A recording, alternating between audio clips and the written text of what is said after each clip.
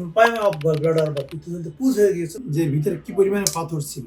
একটি পিত্তথলির ওয়াল 2 মিলিমিটার, অর্থাৎ আজকের অপারেশনটি করে যে পিত্তথলিটা বের করে নিয়ে আসছি, যারা দেখতে চান আমি একটু স্পষ্ট করে দেখাবো, যেহেতু কিছু অনলাইন প্ল্যাটফর্মের কিছু গাইডলাইন আছে, সরাসরি স্পেসিমেন বা অর্গান দেখানো যায় না, সে কারণে সেটি মেনটেন করে আমরা একটু দেখানোর চেষ্টা করব, যাতে আপনারা বুঝতে পারেন। একটি পিত্তথলির ওয়াল 2 মিলিমিটার, অর্থাৎ এতই পাতলা যে দুইজন মানুষের মাঝখানে যদি পিত্তথলিটা রাখা হয়, তাহলে একজন আরেকজনকে পিত্তথলির মাঝখান দিয়ে দেখতে পায়। তা আজকের এই রোগীর যেহেতু এম্পাইমা অফ গল ব্লাডার বা পিত্তথলিতে পুজ হয়ে গিয়েছিল, ওয়ালটা অনেক মোটা হয়ে গেছে। এই যেটা আমরা দেখছি, পিত্তথলির ওয়ালটা অনেক মোটা, কি প্রায় 10 মিলিমিটারের মতো হবে। আমরা একটু কেটে এবার দেখবো যে এর ভিতরে কি ছিল।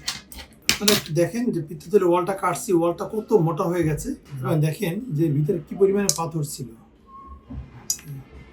তাহলে ওনার উচিত ছিল আরো আগেই অপারেশনটি করিয়ে না, তাহলে হয়তো উনি আরো বেশি ভালো থাকতেন এবং অপারেশনটা খুব কমফোর্টেবলি করা যায়।